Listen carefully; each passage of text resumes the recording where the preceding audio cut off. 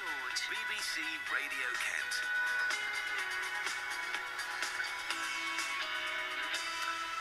Good morning to you. When Mavis Nye from Whitstable returned from a holiday in Spain back in 2009, she knew something wasn't right. She had numbness in her arms and she was finding it more and more difficult to breathe. But she really wasn't expecting the diagnosis she got. Mavis had mesothelioma. She was told she probably only had around 3 months to live. 2009, 2013. Mavis Nye, you're a survivor, aren't you? Yes, I am. Welcome to BBC Radio Kent. Hello.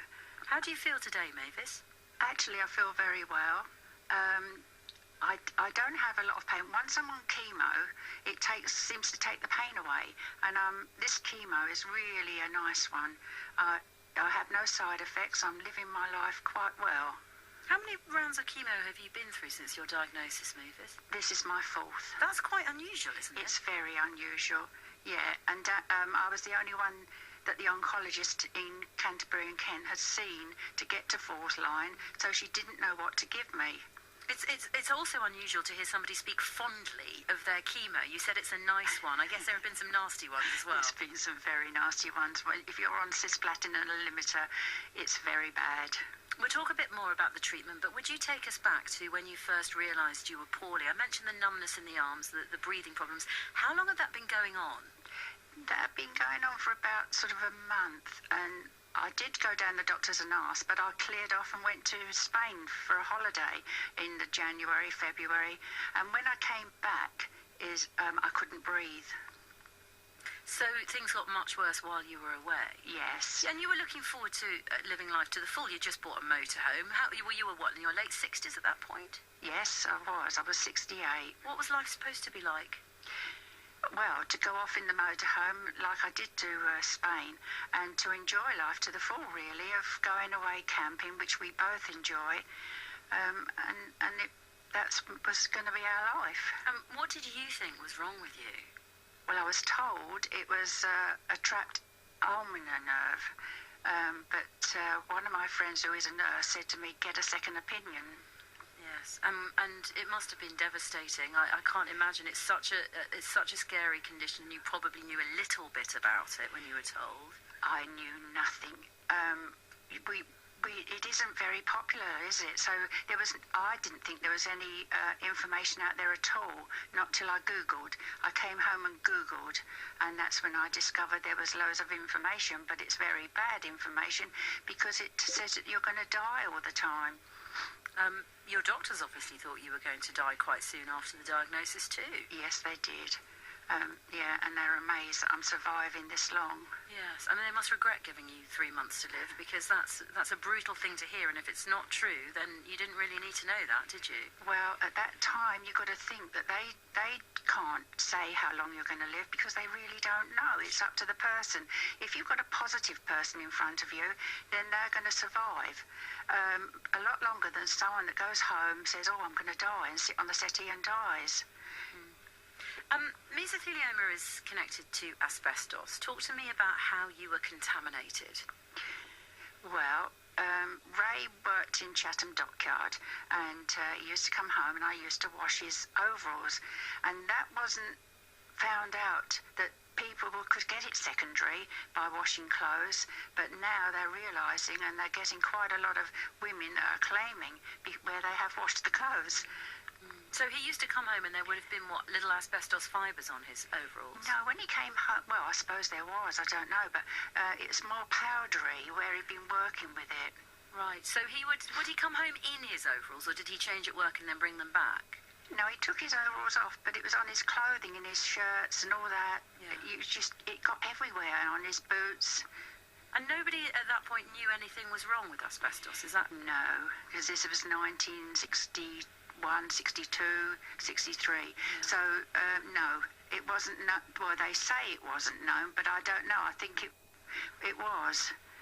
But they kept it very quiet, you know, but then gradually people became ill, and Ray has lost all his mates from Chatham Dockyard. They've all gone. But he's never had any symptoms himself? He's got scarring, because I made him have a CT scan while I was when I was diagnosed, and he went and had this scan, and they said there's just scarring. It's all down to whether you've got a gene, a cancer gene, apparently. If you're not prone to cancer, then you get away with it. A lot of people do.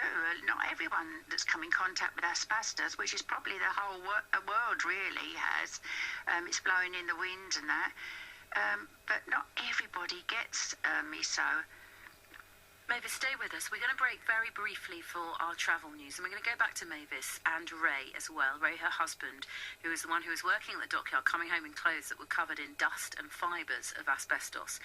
We're going to find out what Mavis thinks about the treatment, why she's still here 4 years on, and what she would say to other people, because she says there's going to be a boom in the number of cases of mesothelioma. It's 10:15, and it's time for the travel. BBC Radio Kent. James Worley joins us now with the latest. How are the roads in Kent this morning, James? Well, still very busy, Jules, into Kent on the M25, heading over the QE2 bridge. There was an accident much earlier on, but clockwise traffic still heavy, we've seen on the cameras there. Anti-clockwise is slow into the Dartford toll booths, congestion from junction 2 still, most likely because of problems on the A20 into London, which I'll come back to in a second, but the M25 anti-clockwise slow from Darrenth up towards junction 2. Anti-clockwise also slow into the roadworks at junction 6, so 6 towards 5, Gosden towards the M25. Is particularly heavy. Now, as I say, the A20 is closed into London.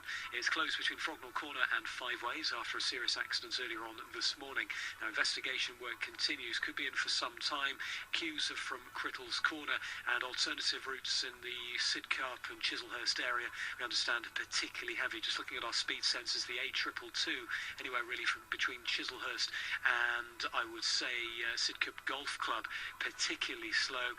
Other local routes also busy, and if you're heading onto Chatham, well, the Brook is still quite busy through those temporary lights at Queen Street. Gas Road in Sittingbourne stays closed because of the fire that started yesterday at Mill Way, and Nash Road in Broadstairs is closed with an accident at the Hayne Road junction.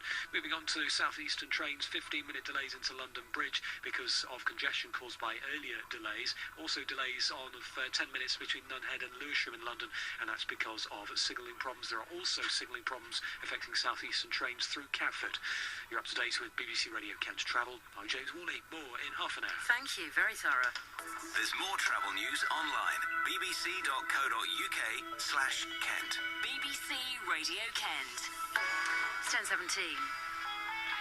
Later in the show, we're going to hear from the Asbestos Advice Helpline. They are warning a new generation could be affected by mesothelioma. Mavis already is. Mavis Nye from Whitstable, who's been talking to us about how she contracted it and is here 4 years after she was told she probably only had 3 months to live. Mavis and her husband Ray joining us from our radio car, which is at their home this morning. Ray, nice to have you with us as well. Good morning to you. Good morning.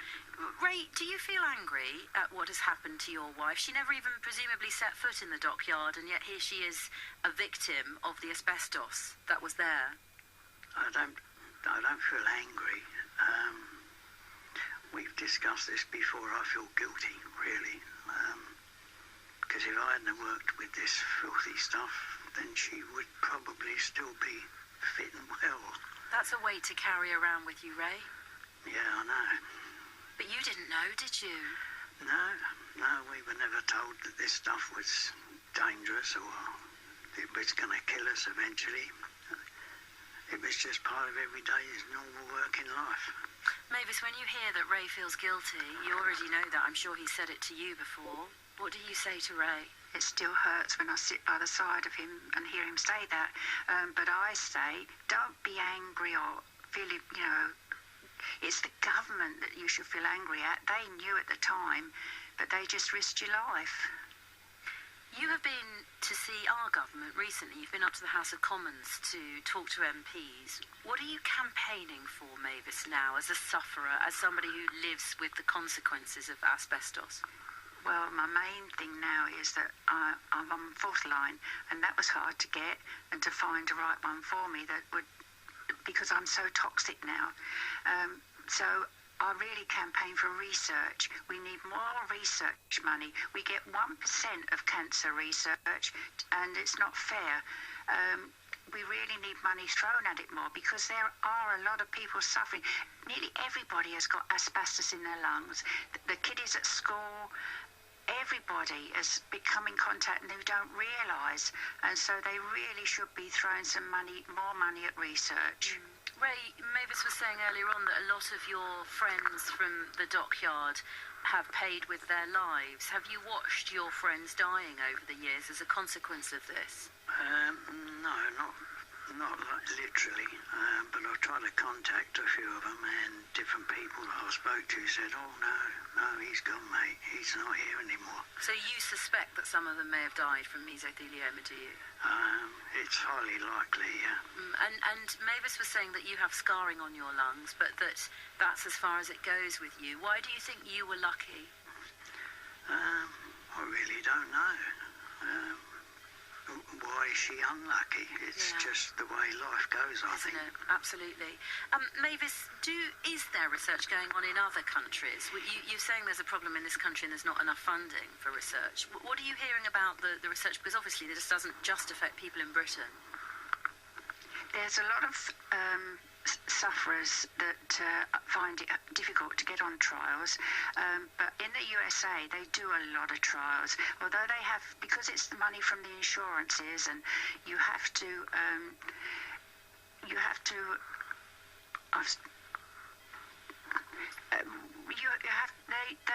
to keep chucking money at it. They have to keep raising money. Yes. But Australia, America, Germany, Europe, they do actually research far more than we do. And I wonder why, that if we're in Europe with one step, why can't we be in Europe when it comes to medical research? Why don't they share what they've found? What about compensation? Have you been compensated for what has happened to you, Mavis? No. Nothing, not a penny?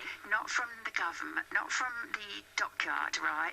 What there is a special fund or industrial injuries set up for people like me that can't sue.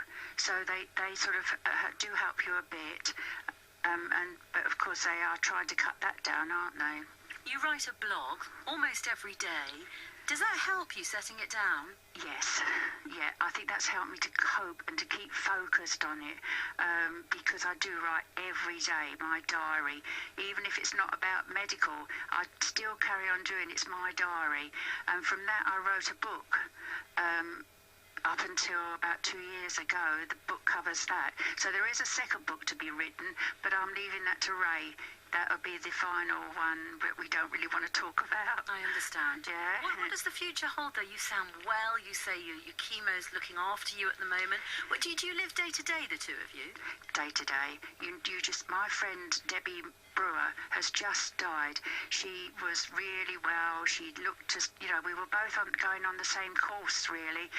And she just went. You get an infection because your blood counts are low, or you get infections you can't fight, and they take you very quickly. Mavis is a fighter, isn't she, Ray? Yeah. You proud of her? I did say to her once that mesothelioma, I didn't know what it had took on when it attacked her. I think you're right. Mavis and Ray, it's been a real honour talking to you both this morning. I hope today and every day that you have together is special. Mavis's book is called Meso Warrior, and there is a website where you can read Mavis's diaries and find out more. rayandmave.org.uk. Coming up in the programme, we will speak to the Asbestos helpline to find out whether younger generations are at risk as well, and what help there is. Because as Mavis said, lots of people will have asbestos in their lungs. Whether or not you go on to develop mesothelioma is another matter. Our thanks to Mavis and Ray for being there, live from our radio car at their home in Whitstable. This is BBC Radio Kent. The time is 10:24. And I was among the middle-aged crowd, jumping up and down like crazies to that tune at Bedgebury a couple of weeks ago, in the rain, of course. Good morning, it's 11:35. We heard earlier from Mavis Nye from Whitstable. Mavis was diagnosed with mesothelioma 4 years ago. Her husband Ray worked at Chatham Dockyard during the 60s, and it's believed she contracted the disease from asbestos fibres.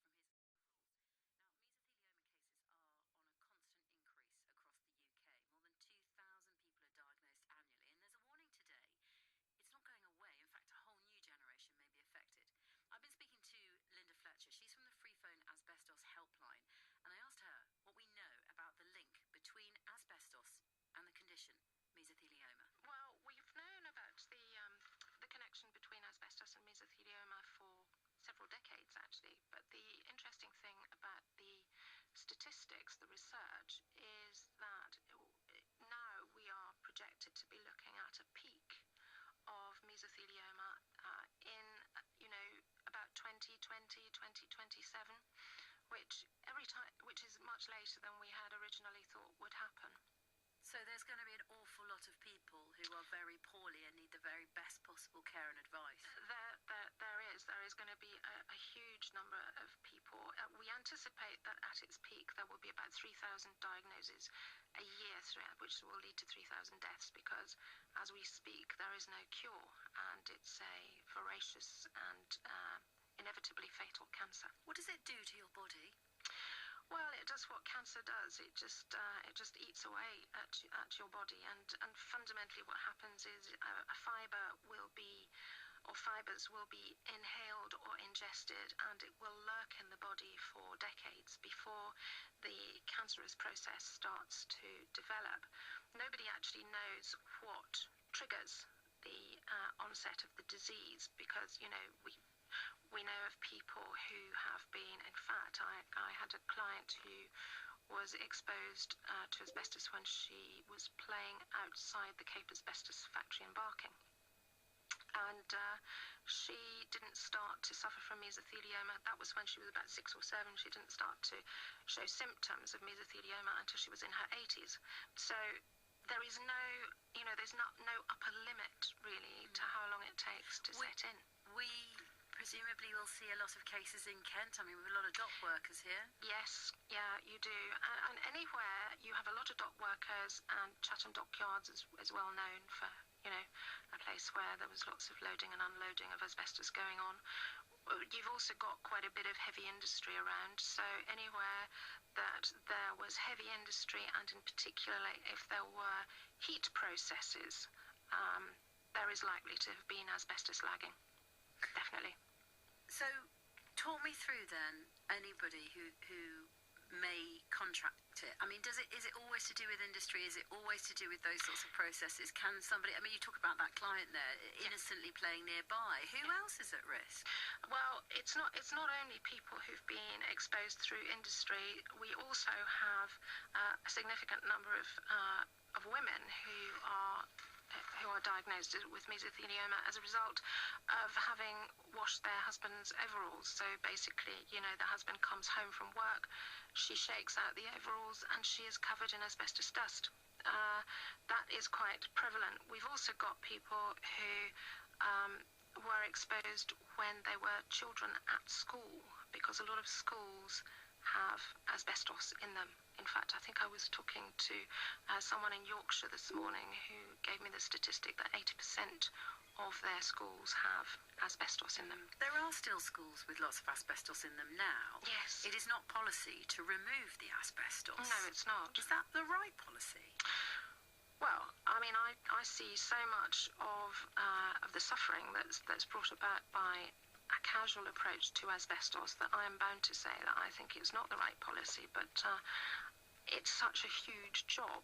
I don't know how they would get round to actually dealing with it properly. I mean, the policy at present appears to be leave it untouched, make sure it's sealed, and it will be safe.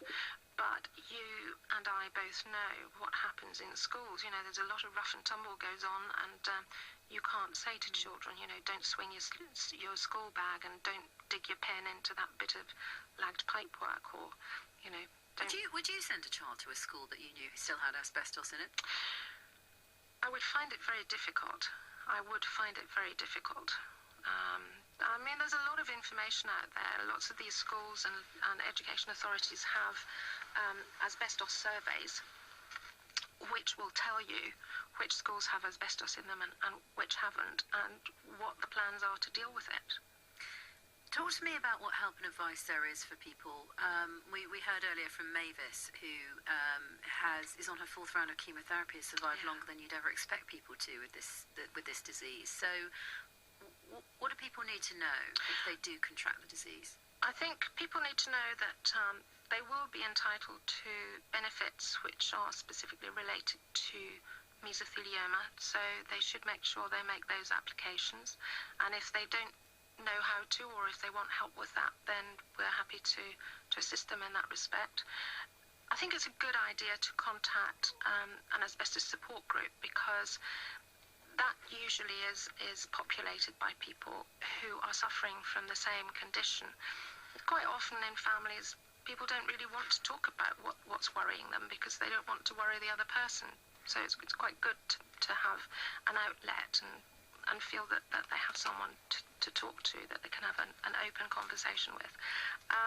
And they also may qualify for compensation. What, does that get paid to you while you're still alive? Does it get paid to a family after someone's died? It's been complicated over the years, hasn't it, seeking compensation? Yeah, it is complicated. But one of the biggest complications comes from the fact that the exposure, by and large, happened so very long ago, and you're having to pursue companies no longer in existence, so we have to track down insurance companies, and that can be a bit of a challenge, to put it mildly. As far as lifetime compensation is concerned, we always try our very hardest to secure compensation within a person's lifetime, but if that isn't possible, then the family can continue the claim once that person is no longer with it. What's the number if people want to ring the helpline? The number is 0800 088 7396. And the website is www.asbestosadvicehelpline.com. That was Linda Fletcher. Let me give you that number again. 0800 088 7396. Or go to asbestosadvicehelpline.com.